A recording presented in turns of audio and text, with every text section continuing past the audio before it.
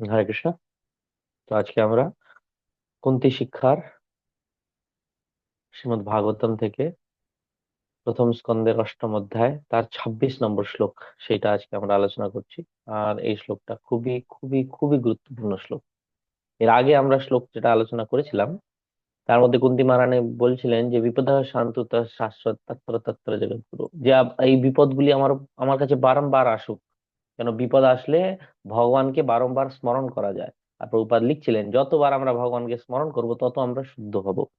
তো এইটা একটা প্রসেস পন্থা যে কিভাবে আমরা শুদ্ধ হতে পারি। তো ভগবান যখন বিপদ দেয় কাউকে জীবনে, এটা হচ্ছে আসলে একটা আশীর্বাদ। কেন? কেন সেটা আমাকে ভগবানকে স্মরণ করার জন্য প্রেরিত করছে। আমাকে আমাকে উৎসাহ প্রদান করছে। আর সেইটা আমি যতবার ভগবানকে আহ ডাকবো, তার মানে আমি ভগবানের সাথে সংস্পর্শে আছি। আর এই যতবার আমি ভগবানের সাথে সংস্পর্শ করব, তত বেশি আমি শুদ্ধ হব, বিকজ ভগবান হচ্ছেন পরম শুদ্ধ।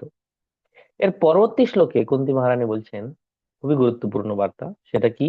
এই প্রার্থনা উনি কৃষ্ণকে করছেন, সেটা হচ্ছে জন্মৈশ্বর্য শ্রুত শ্রীভীর এধ মান মদঃ পুমান নৈব অর্হতি অভিধাতুম বৈ ত্বামকিঞ্চন গোচর। অর্থাৎ জন্ম ঐশ্বর্য শ্রুত শ্রীভি, উনি চারটে জিনিসের বর্ণনা করছেন এখানে। চারটে জিনিসের জন্ম ঐশ্বর্য শ্রুত এবং শ্রীভি। ঠিক আছে, এই চারটে জিনিস। জন্ম মানে যার জন্ম যেরকম যার হয়, ঐশ্বর্য মানে ঐশ্বর্য, শ্রুত মানে হচ্ছে শিক্ষা, এবং শ্রী মানে হচ্ছে সম্পদ, মানে টাকা পয়সা, ওয়েলথ।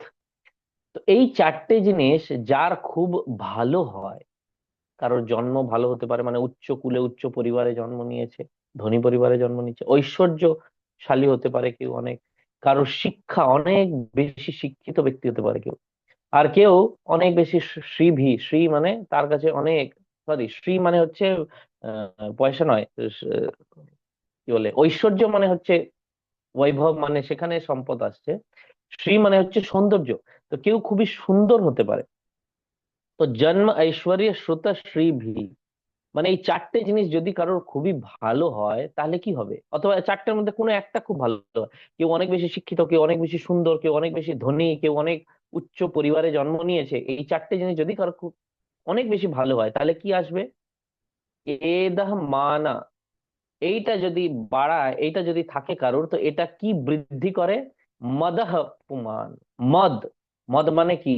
সে অহংকার, সেইটা এ ব্যক্তিকে প্রদান করে।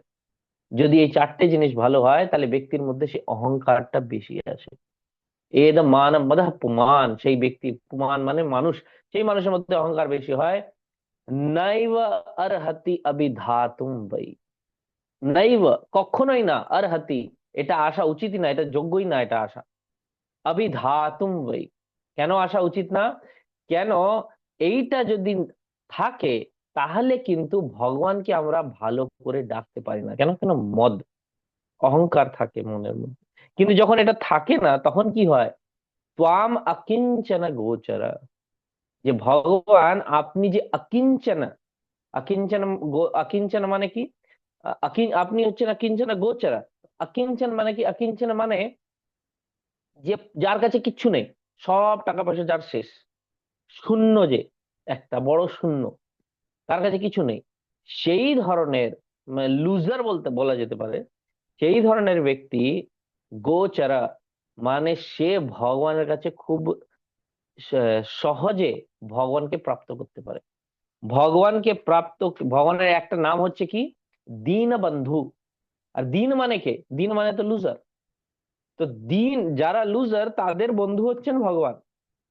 তো যে ব্যক্তি এই ধরনের অবস্থায় থাকে, সে ভগবানকে সহজে আহ প্রাপ্ত করতে পারে, যে অকিঞ্চন থাকে। কিন্তু যার জন্ম ঐশ্বর্য শ্রুতি এবং শ্রী, এই চারটে জিনিসের মধ্যে কিছু একটা জিনিস থাকে, তার অহংকার চলে আসে। এই জন্য তাকে ভগবানকে পাওয়া, প্রাপ্ত করা খুব কঠিন হয়ে যায়। অনুবাদে বলছেন যে মাই লর্ড, হে আমার ভগবান, আপনাকে খুব সহজেই তারা কি বলে, তারা প্রাপ্ত করতে পারে যারা সাংসারিক ভাবে সম্পূর্ণ, শেষ হয়ে গেছে, শূন্য হয়ে গেছে। কিন্তু যে সাংসারিক ভাবে উন্নতি প্রাপ্ত করছে, সে হয়তো নিজের জন্মটাকে উচ্চ করার চেষ্টা করছে, অথবা তার ঐশ্বর্যটা অনেক বেশি আছে, অথবা তার শিক্ষা অনেক বেশি আছে, অথবা সে সুন্দর খুবই, সে কিন্তু আপনাকে ঠিক মনোভাবে আপনার কাছে আসতে পারে না, ঠিক মনোভাবে আপনাকে ডাকতে পারে না। এটা হচ্ছে অনুবাদ। তাৎপর্য প্রভুপাদ লিখেছেন অনেক বড় আর খুব সুন্দর তাৎপর্য, যেখান থেকে সবই ক্লিয়ার হয়ে যাবে।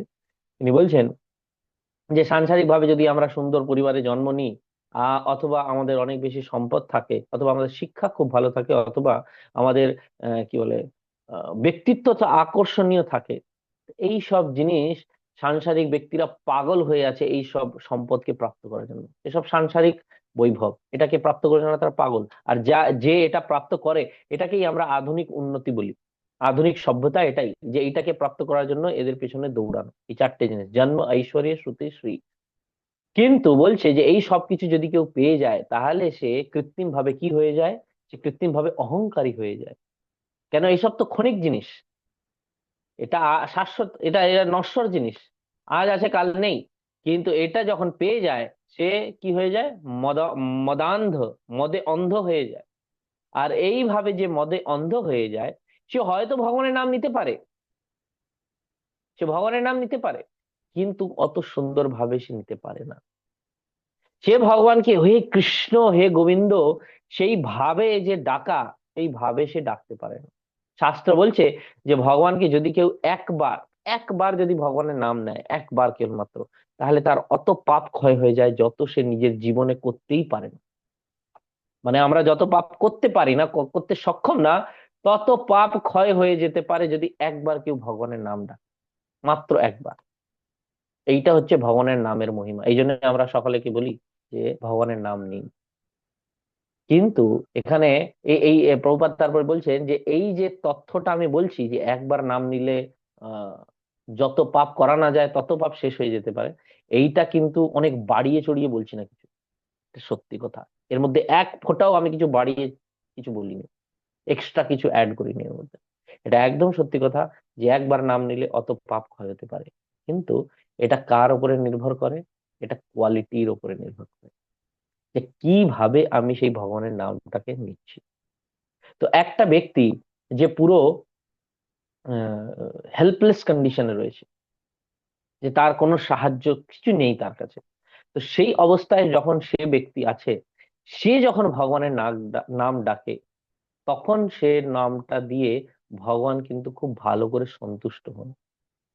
কিন্তু সেই যদি অন্য কোনো ব্যক্তি হয়, সে যদি ভগবানের নামটা ডাকে, আর তার কাছে এই চারটের মধ্যে কিছু থাকে, জন্ম, ঐশ্বর্য, শ্রুতি, শ্রী, তাহলে কিন্তু সে অত সুন্দর করে ভগবানের নাম নিচ্ছে না, আর ভগবান কিন্তু ওই নাম দিয়ে সন্তুষ্ট হন না।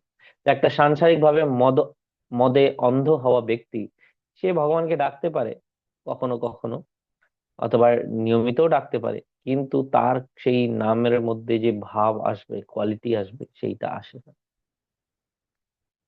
ভগবানকে না ডাকার জন্য ওই যে কোয়ালিটি, কি বলে, একটা একটা ছোট বাচ্চা, প্রভুপাদ বলেন যে ছোট বাচ্চা যেভাবে মায়ের জন্য কান্না করে, ঠিক সেইভাবে আমাদেরকে ভগবানের জন্য কান্না করতে হবে। হরে কৃষ্ণ মহামন্ত্র হচ্ছে একদিক দিয়ে কান্না করা ভগবানের জন্য। তো বলছে যদি আপনি কান্না করেন এরকম, তো একটা বাচ্চা মায়ের জন্য কান্না করছে, কিন্তু একটু কাঁদে তারপরে চুপ হয়ে যায়, মাঝে মাঝে কাঁদে, তাহলে মা কিন্তু বেশি ওর ওর দিকে ধ্যান দেবে না। কিন্তু এই বাচ্চাটা হু হা করে খালি কাঁদছে, জোরে জোরে কাঁদছে কাঁদছে, ওকে কিছু দিচ্ছে তাও ওকে শুনছেই না, খালি কেঁদেই যাচ্ছে, তাহলে কিন্তু মা এসে ওকে তৎক্ষণাৎ কোলে নিয়ে নেবে। ও বুঝে যাবে যে হ্যাঁ, আর কিছু একে সন্তুষ্ট করতে পারছে না, আমাকেই একে দেখতে হবে। ঠিক সেইভাবেই যখন ভগবানের দিব্য নামটা আমরা জপ করি অথবা ভগবানকে ডাকি, তো একটা ম্যাটেরিয়ালি এক্সহস্টেড হেল্পলেস কন্ডিশন যে ব্যক্তি রয়েছে, সে যখন ডাকে ভগবানকে, তো সে জানে আমার কাছে কিচ্ছু নেই, সেই ডাকাতে ভগবান কিন্তু তৎক্ষণাৎ চলে আসে। তার খুব সুন্দর উদাহরণ হচ্ছে কোনটা, আহ কি বলে, ওই হাতি, যেটাকে ভগবান বাঁচিয়েছিলেন, কি নাম ছিল তার? গজেন্দ্র হুম, একটা হাতিকে গজেন্দ্র ভগবান বাঁচিয়েছিলেন, গজেন্দ্র মোক্ষ লীলা। ইয়েস। তো এই গজেন্দ্রকে যখন ভগবান গজেন্দ্র যে হাতিদের রাজা ছিল, তাকে যখন কুমির ধরে রেখেছে, সে কুমিরের রাজা, সে ধরে রেখেছে, আর ধরে ধরে ধরে ধরে সে ছাড়ছে না। আর এই গজেন্দ্র ওর সাথে যুদ্ধ করেই যাচ্ছে।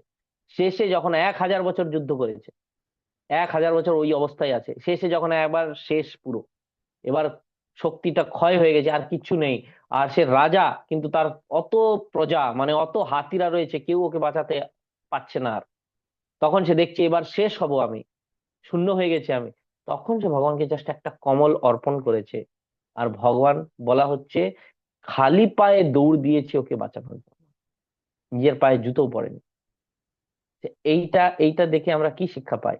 যে যতক্ষণ আমাদের কাছে সেই শক্তি, যে হ্যাঁ আমি রাজা আছি, আমার প্রজা আছে, আমার কাছে শক্তি আছে, আমি জয় করে নিতে পারি, এই সব ভাব তাকে তখন অব্দি ভগবান ধ্যান দিননি। কিন্তু যেই সে পুরো শূন্য হয়ে ভগবানকে ডেকেছে, ভগবান কিন্তু দৌড়ে চলে এসেছে। তো এই জন্য কুন্তি মহারানী বলছেন, ত্বাম অকিঞ্চন গোচরা। আপনি সেই ধরনের ভগবান যাকে অকিঞ্চন ব্যক্তি তৎক্ষণাৎ প্রাপ্ত করতে পারে। অকিঞ্চন ব্যক্তি আপনার কাছে যেতে পারে আসলে, যার কিচ্ছু সাংসারিক কিচ্ছু নেই, যার অকিঞ্চন মানে যার কিঞ্চিত মাত্র সাংসারিক জিনিস নেই যার কাছে। তো সাংসারিক জিনিসে কি? তো এই চারটে জিনিস হচ্ছে মুখ্য জিনিস, যেটার জন্য সাংসারিক ব্যক্তিরা চেষ্টা করতে থাকে: জন্ম, ঐশ্বর্য, শ্রুতি এবং শ্রী। আর এইটাই যদি কারোর না থাকে, তাহলে সে খুব তৎক্ষণাৎ ভগবানকে প্রাপ্ত করতে পারে। তো এবার যার যত কি বলে কষ্ট হয় বেশি, সে তত জোরে ভগবানকে ডাকে। ঠিক সেরকম ওই বাচ্চার মতন, যে ওই বাচ্চাটার যত বেশি কষ্ট হবে, সে তত বেশি জোরে কান্না করবে, আর তত মা ওকে এসে দৌড়ে ধরবে। তো সেই ঠিক সেই জিনিসটাই আমাদের উপরেও এখানে লাগু হয়, যে কুন্তী মহারানী বলছেন যে যত বেশি কেউ এই সব এই জন্ম ঐশ্বর্য শ্রুতিশ্রী এটা দিয়ে মুক্ত থাকবে, তত বেশি সে ভগবানকে খুব সহজে পেতে পারে। তিনি এটা বোঝাচ্ছেন। আর তাৎপর্য প্রভুপাদ বলছেন যে এই সব আমরা পুণ্য ফলে পাই, জন্ম ঐশ্বর্য শ্রুতিশ্রী এইসব জিনিস কিভাবে পাওয়া যায়? কোনো পুণ্য কর্মে পাওয়া যায়। যদি কেউ জীবনে পুণ্য কর্ম করেছে, তাহলে হয়তো সে খুব ধনী ব্যক্তি হয়েছে, অথবা খুব তার বুদ্ধি খুব তীক্ষ্ণ, অথবা সে উচ্চ পরিবারে জন্ম নিয়েছে, অথবা তার কাছে অনেক টাকা পয়সা আছে, অনেক সুন্দর আছে। এইসব জিনিস কোনো পুণ্যকর্মে পায়। কিন্তু এই সব জিনিস তারপরে তাকে বিভ্রমিত কি বলে ভ্রমিত করে দেয়। আর ভ্রমিত করার সাথে সাথে কি দেয় তার মধ্যে? অহংকার সৃষ্টি করে। তো এই জন্য একজন ব্যক্তি যে এই সব জিনিস নিয়ে সঙ্গে রয়েছে, তার কাছে কিন্তু হালকা অহংকার থাকবেই থাকবে। কিন্তু ভগবানকে প্রাপ্ত করার জন্য আসল যোগ্যতা হচ্ছে কি? অকিঞ্চন। যে আমার কাছে কিচ্ছু নেই, আমার কিচ্ছু নেই, আমি শেষ, আমি শূন্য, আমি জিরো। আর এই যখন থাকে, অকিঞ্চন মানে তার কাছে সাংসারিক কোন জিনিস নেই। তো একটা শুদ্ধ ভক্ত অকিঞ্চন থাকে, তার কাছে সাংসারিক কিচ্ছু নেই, কিন্তু আধ্যাত্মিক তার কাছে সবকিছু আছে। কেন? স্বয়ং ভগবান তার সেবার জন্য দাঁড়িয়ে থাকে। একটা লেকচারে প্রভুপাদ বলছেন যে যদি তুমি এরকম ভাবে অভিমানী হয়ে যাও যে আমি আমেরিকান, আমি ভারতীয়, আমি অনেক ধনী, আমি অনেক শিক্ষিত, তাহলে তুমি কৃষ্ণকে কখনোই পেতে পারবে না। কৃষ্ণ তাদের জন্যই যারা অকিঞ্চন। এই শব্দটা মনে রাখবেন, ত্বাম অকিঞ্চন গোচর। আর ভগবদ গীতাতেও প্রভুপাদ বলছে যে এই যে মদ যাদের থাকে, অহংকার যাদের থাকে, তো যারা অনেক বেশি এই ইন্দ্রিয় তৃপ্তি জিনিসের সাথে, অথবা সাংসারিক যে সম্পদ রয়েছে, বৈভব রয়েছে, ঐশ্বর্য রয়েছে, তার প্রতি অনেক বেশি আসক্ত থাকে, তাদের মনের মধ্যে কিন্তু ভগবানের ভক্তির জন্য যে দৃঢ় ইচ্ছা, সেটা জাগৃত হয় না। যখন সাংসারিক ভাবে কেউ শূন্য হয়, তখনই কিন্তু ভগবানের ভক্তির দৃঢ় ইচ্ছা তার মধ্যে আসে। না হলে কিন্তু ভগবানের দৃঢ় ইচ্ছা আসে না, যতক্ষণ তার আসক্তিটা এই সাংসারিক আহ সম্পদ, সাংসারিক ঐশ্বর্যের প্রতি থেকে যায়। তো প্রহ্লাদ মহারাজ এই জন্য বলছেন যে আপনাকে কোনো কি বলে কোনো সাংসারিক জিনিস দ্বারা সন্তুষ্ট করা অসম্ভব, কোনো সাংসারিক সম্পদ দ্বারা সন্তুষ্ট করা অসম্ভব। এর একটা খুব সুন্দর গল্প ছোটবেলায় আমি পড়েছিলাম, আপনারাও হয়তো পড়েছেন। গৌতম বুদ্ধ, ভগবান বুদ্ধ তিনি, তো তিনি একবার একটা গ্রামে এসেছিলেন। আর যখন সবাই শুনতে পেয়েছে ওই গ্রামে এসেছেন, তো একটা গাছের নিচে বসেছিলেন, তো সবাই ওনার সেবাতে এসছে। তো সেখানে উনি ধ্যানে বসে আছেন।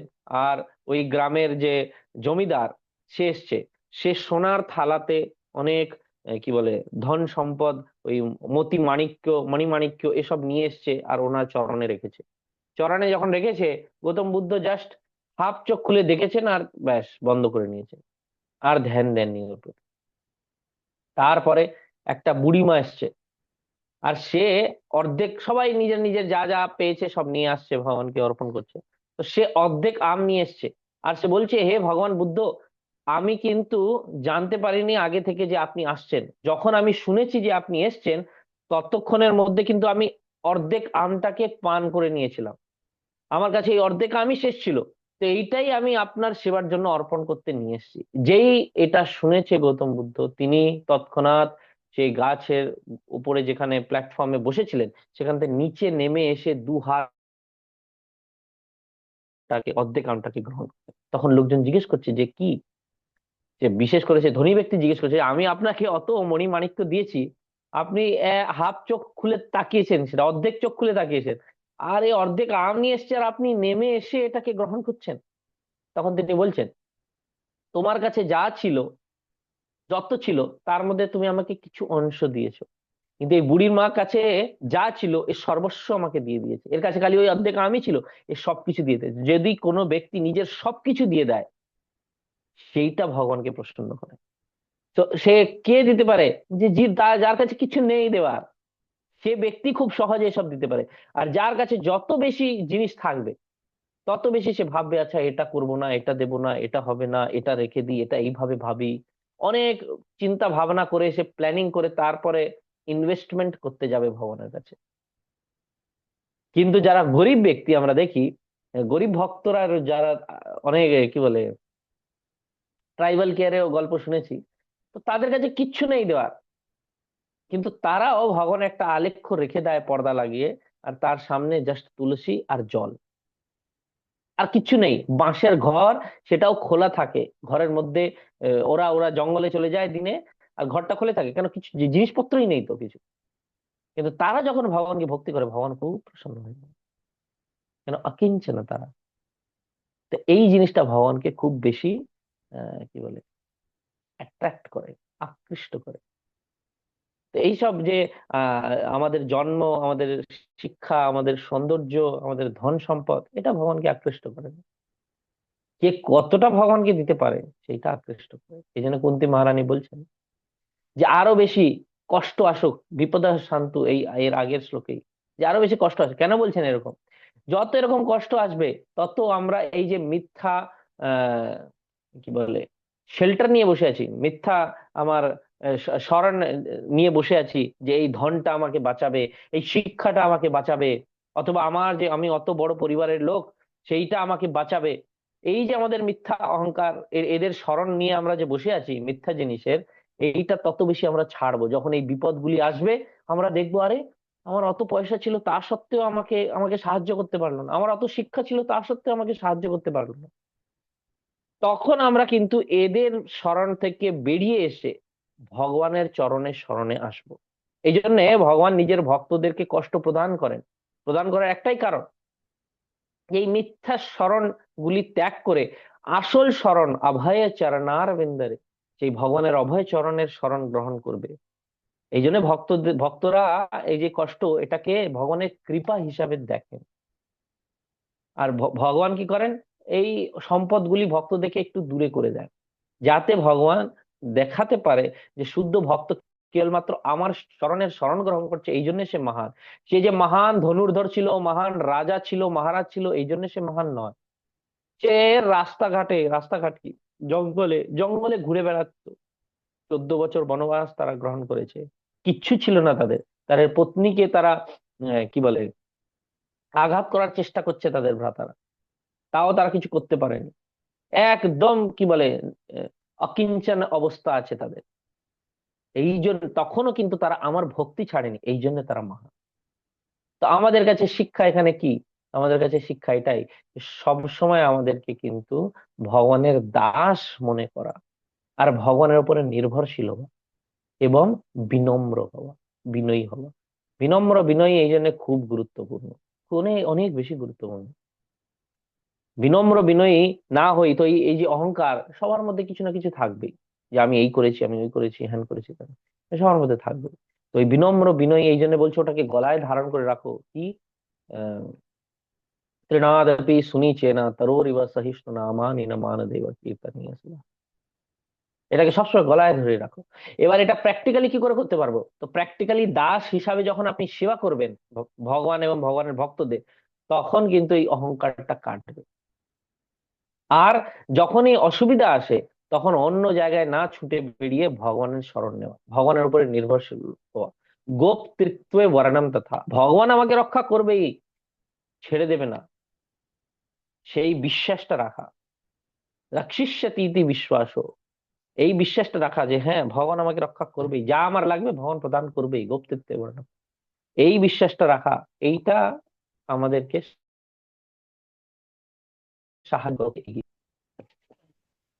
এই জন্য কুন্তি মারানি এখানে সেটা বলছেন, আমাদেরকে শিক্ষা দিচ্ছেন। আসলে এটা আমাদের শিক্ষার জন্য। কুন্তি মারানি তো শুদ্ধ ভক্ত, তিনি কৃষ্ণকে আরাধনা করছেন, আর সেই আরাধনার মাধ্যমে তিনি আমাদেরকে শিক্ষা দিচ্ছেন। যেটা এই জন্য প্রভুপাদ আলাদা করে একটা বই ছাপাচ্ছেন এই নিয়ে, যে যখন আমাদের হৃদয়টা সাংসারিক তার আসক্তির প্রতি পূর্ণ শূন্য হয়ে যাবে, সাংসারিক যে সম্পদগুলি রয়েছে তার আশ্রয় যে আমরা নিয়ে রেখেছি সেটাকে পুরোপুরি ত্যাগ করে দেবে, তখন কিন্তু কৃষ্ণ সেখানে আসবে।